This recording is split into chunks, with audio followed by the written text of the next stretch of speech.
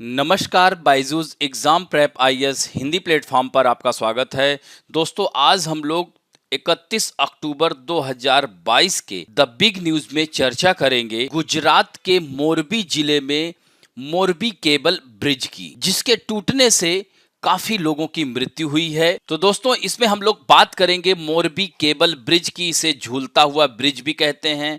इसका निर्माण कब हुआ था और इसके निर्माण में क्या कमियां रह गई थी जिसकी वजह से यह घटना घटित हुई और आपदा का स्वरूप ले ली। इसमें हम थोड़ा सा डिजास्टर मैनेजमेंट से संबंधित बातें करेंगे। तो दोस्तों, आइए पहले खबर को देखते हैं। Government takes responsibility for bridge collapse, Gujarat minister का कहना है। दोस्तों, खबर यही है कि गुजरात के मोरबी में रविवार शाम माचू रिवर पर बना केबल ब्रिज, दोस्तों इस ब्रिज को झूलता हुआ ब्रिज भी कहते हैं। तो इसमें 141 से अधिक लोगों की जान जा चुकी है। 70 लोगों का इलाज चल रहा है। और दोस्तों, एनडीआरएफ और सेना एसडीआरएफ की टीम मिलकर के 170 से अधिक लोगों का रेस्क्यू किया जा चुका है और अभी लोगों को खोजा जा रहा है। ऐसा माना जा रहा है कि 500 लोग वहां पर उस पुल पर इकट्ठा थे। और दोस्तों, अभी हाल ही में यह पुल खोला गया था। इसके पहले यह पिछले 6 महीने से बंद था। इसकी मरम्मत हो रही थी। अगर खोला गया तो क्यों खोला गया? क्या इसमें कुछ कमियां रह गई थी? तो दिवाली के दूसरे दिन यानी 25 अक्टूबर को इसको जनता के लिए फिर से खोला गया था और इसकी मरम्मत में करीब 2 करोड़ रुपए लगे थे। इस पुल की मेंटेनेंस की जिम्मेदारी वर्तमान में उद्धव जी पटेल के स्वामित्व वाले ओरेवा ग्रुप के पास है। तो इस ग्रुप ने मार्च 2022 से मार्च 2037 तक यानी 15 साल के लिए मोरबी नगर पालिका के साथ एक समझौते से किया था। तो दोस्तों, यहां पर अब इस ग्रुप की जिम्मेदारी हो जाती है कि वह किस प्रकार किया कि यह पुल की मरम्मत ठीक ढंग से इसका मतलब नहीं करवाया और यह घटना घटित हो गई जो कि आपदा का स्वरूप ले ली।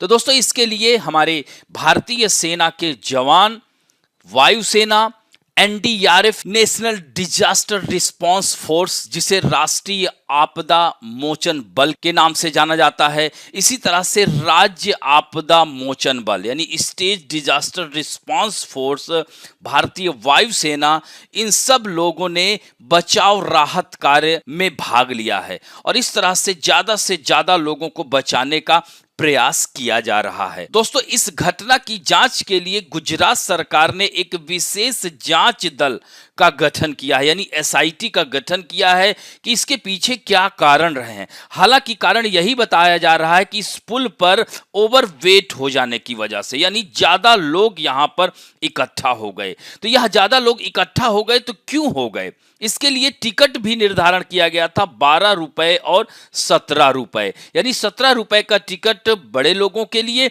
12 रुपए का टिकट बच्चों के लिए यह किया गया था, जिसकी वजह से वहां पर भीड़ अधिक हो गई। तो यहां पर यह देख सकते हैं कि जिस कंपनी ने इसका टेंडर लिया हुआ है यह उसकी पूरी तरह से जिम्मेदारी हो जाती है। यही कारण है कि इस ब्रिज मैनेजमेंट कंपनी के खिलाफ गैर इरादतन हत्या का केस भी दर्ज कर लिया गया है।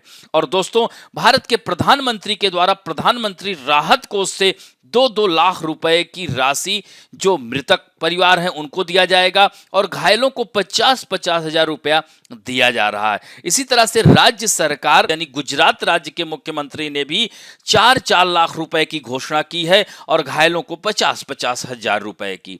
तो दोस्तों, यह मोरबी केबल ब्रिज है कहां, ये कहां अवस्थित है? तो यह दोस्तों 1879 में, ध्यान रखिएगा 1879 में, उस समय मुंबई के गवर्नर रिचर्ड टेम्पल हुआ करते थे, उन्होंने ही इस ब्रिज की नींव रखी थी और यह 80 के दशक में यानी 1880 में जाकर के तैयार हुआ और मोरबी के राजा वाधव जी ठाकुर ने इसे बनवाया था। दोस्तों, यह माछू रिवर पर बना हुआ है और यह पुल दरबारगढ़ महल और लखधीरजी इंजीनियरिंग कॉलेज को जोड़ने का कार्य करता है। तो यहां पर लोग घूमने के दृष्टिकोण से जाया करते हैं और यह पर्यटन के प्रमुख स्थानों में से एक माना जाता है। दोस्तों, इस पुल के निर्माण में जो मटेरियल लगा था वह सब ब्रिटेन से आया था और 3.5 लाख रुपए की लागत में तैयार हुआ यह पुल का उद्घाटन मुंबई के गवर्नर रिचर्ड टेम्पल के द्वारा ही किया गया था। तो दोस्तों मोरबी ये कहाँ अवस्थित है? मोरबी या इसको मोरवी कहते हैं। तो यहाँ पर आप देख सकते हैं MORBI।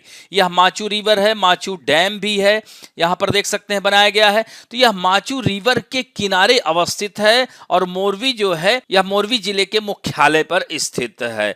दोस्तों यह पूर्वी काठियावाड़ सब एजेंसी के अधिकार क्षेत्र में था। दोस्तों इसे कहा जाता है कि 1948 में इसे सौराष्ट्र में मिला दिया गया था और 1979 में यहां पर बाढ़ आई थी, तो यह मोरबी क्षेत्र पूरा निर्जन हो गया था।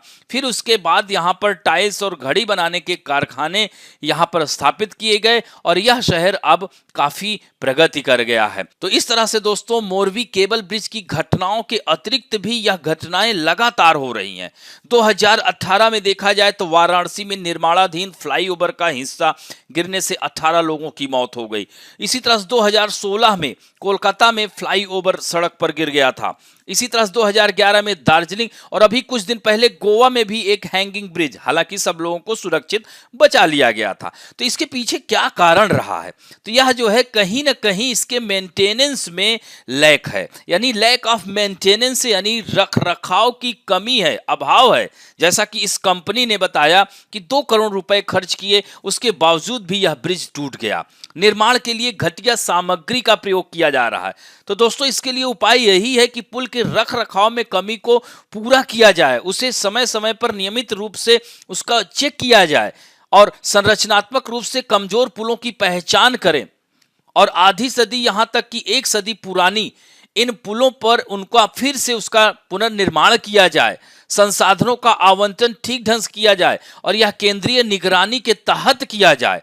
और दोस्तों भारत में आपदा प्रबंधन हेतु जो संस्थागत संरचना है, तो भारत में आपदा प्रबंधन अधिनियम 2005 के तहत यह जो है कानूनी और संस्थागत संरचना का प्रावधान राष्ट्रीय स्तर पर, राज्य स्तर पर और जिला स्तर पर किया गया है। तो यहां पर आप देख सकते हैं ये आपदाएं, चाहे वह जंगल की आग हो, चाहे चक्रवात हो, यहाँ पर देख सकते हैं पुल है, ब्रिज है, आवास का टूटना हो, लैंडस्लाइडिंग है, तो इन सब के लिए आपदा प्रबंधन संस्थान या प्राधिकरण कार्य करता है। तो राष्ट्रीय आपदा प्रबंधन अधिनियम 2005 के तहत ही आपदा प्रबंधन प्राधिकरण की स्थापना की गई। इसके तहत राष्ट्रीय कार्यकारी समिति, जो कि आपदा प्रबंधन अधिनियम 2005 की धारा 8 के तहत राष्ट्रीय प्राधिकरण को उसके कार्यों के निष्पादन में सहायता के लिए एक राष्ट्रीय कार्यकारी समिति का गठन किया जाता है। और दोस्तों केंद्रीय गृह सचिव इसका पदेन अध्यक्ष होता है।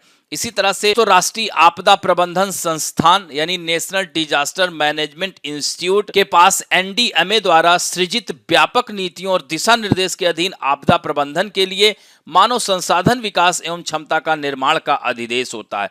और दोस्तों इसी तरह से राष्ट्रीय आपदा मोचन बल का भी गठन किया गया है, यानी नेशनल डिजास्टर रिस्पांस फोर्स। दोस्तों यह राष्ट्रीय आपदा मोचन बल मोरबी ब्रिज में फंसे लोगों को निकालने का कार्य लगातार कर रहा है। इसी तरह से दोस्तों राज्य आपदा प्रबंधन प्राधिकरण गुजरात का पूरी तरह से लगा हुआ है और राज्य कार्यकारी समितियां भी होती हैं। इसी तरह से जिला स्तर पर जिला आपदा प्राधिकरण, क्योंकि अगर कोई घटना घटित होती है तो किसी जिले में ही होती है, तो पहले स्थानीय तुरंत राहत कार्य पहुंचाया जाता है, उसके बाद जो है राज्य की इकाइयां आती हैं, फिर केंद्र की इकाइयां मदद करती हैं जनता की। तो दोस्तों इस तरह से यहां देख सकते हैं कि अगर हम ठीक ढंग से आपदा के पहले यानी वहां की उस क्षेत्र की सुभेद्यता को देखते हुए अगर वह पुल कमजोर था तो इतने लोगों को जाने की इजाजत ही नहीं देनी चाहिए थी। तो ऐसे में इस तरह की तैयारियां करना आवश्यक है। इसको भारत में आपदा प्रबंधन हेतु संस्थागत संरचनाओं को यहां पर और ज्यादा सक्रिय होना पड़ेगा। इसके साथ साथ पुलों के निर्माण के लिए जैसा कि मैंने बताया कि केंद्रीय निगरानी के तहत कार्य किया जाए। और दोस्तों आज के लिए आप लोगों के लिए प्रश्न है राष्ट्रीय आपदा प्रबंधन प्राधिकरण यानी नेशनल डिजास्टर मैनेजमेंट अथॉरिटी क्या है और इसकी अध्यक्षता कौन करता है। तो इस तरह से दोस्तों आज का अंक यहीं समाप्त करते हैं। आशा करता हूं कि आज का भी यह वीडियो आप लोगों को अच्छा लगेगा। यदि अच्छा लगे तो प्लीज लाइक, शेयर, सब्सक्राइब और बेल आइकन दबाना ना भूलें। धन्यवाद।